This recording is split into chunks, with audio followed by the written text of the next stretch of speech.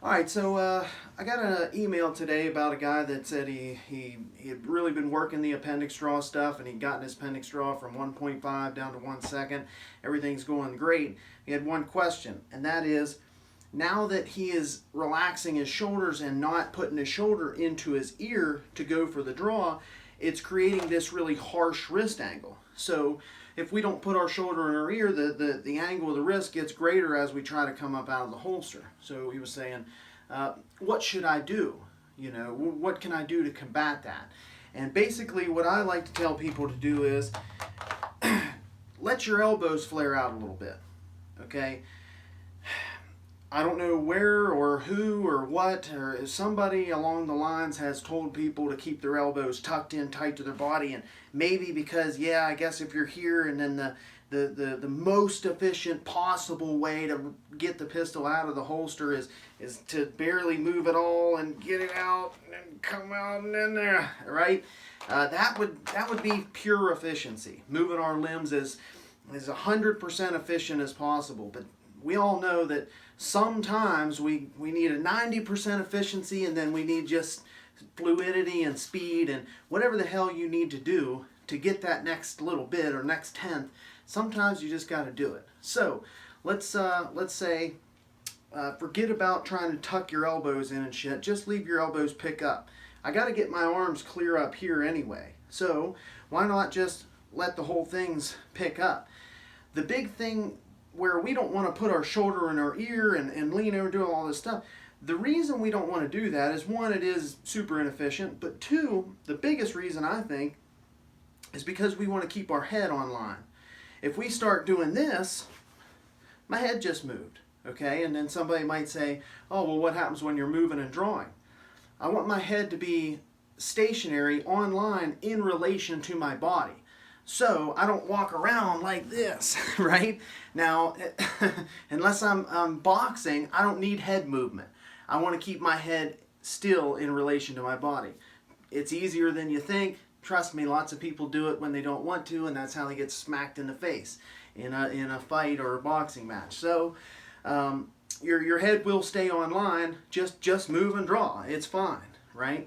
But that's the big thing. We want to keep that head on line, so we don't want to lean over, kick our hips out, do the shoulder and the ear thing, none of that. So again, let's throw the elbows out a little bit, boom, right? And illustrating this from a hands down draw is probably the easiest to see, and that is, I'm just going to pick the elbows up. This one, to clear the garment, efficiency would tell me just to kind of do the robot here, bend at the elbow, and go ahead and pick that up. That's no big deal.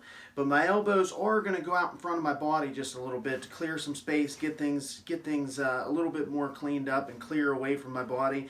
And then this elbow is definitely going to go out further in front of me, and that's to create some space and get the pistol, so as soon as it clears holster, it's going to naturally want to bump away. That way, if I drop my garment too fast or something, it doesn't drop on the pistol. Timing will allow us to get it out of there before the garment can ever drop anyway. But again, if I bump my elbow out just a little bit in front of me, it naturally wants to bring the pistol. As soon as it clears holster, it bumps out a couple of inches away from my body, so that's one more layer of protection there. And then it's up like this. I don't have that steep of a wrist angle. No big deal. Drop garment, two hands, grind to grip one, and basically at that point, I just put my chicken wings back, right? Simple, simple, simple, simple. So don't worry about picking your arms up like this. Just don't pick them up like this and do something weird. The big thing is, don't be asymmetrical. If you're going to do something, be symmetrical about it. And then, let's say you're built like an orangutan, right? Because I've worked on some stuff with a guy who had really long arms, short torso, really long ape index, long ass arms, probably pretty good at boxing, but you know, it's not that great for drawing because your waistline's up here, your arms hang clear down here, and no matter what you do, whether it's from a high thoracic or from hands down or from wherever, you're going to have to get to that point where you got to do something with your body. You got to get your body out of the way. So in that case, you can have a little bit of a shrug. Tiny bit of a shrug is not going to kill anybody. What kills us is shrugging with one side, right? So if we have a little bit of a shrug and a little bit of a bounce to get the things, you know, to get our body into better positions and stuff, that's fine. Just do it symmetrically. Do it with both sides. So I've seen plenty of people with actually a pretty damn good appendix draw that have a little bit of a bounce to it. Bounce into position, you know, bouncing their way into their draw, kind of. Right? I've seen a lot of people with it, actually. And as long as both shoulders are shrugging, head stays on line, all good. I would probably lean more towards just kind of making up the ground with the elbows, but again, if you're built like an orangutan, you might have to do some different things.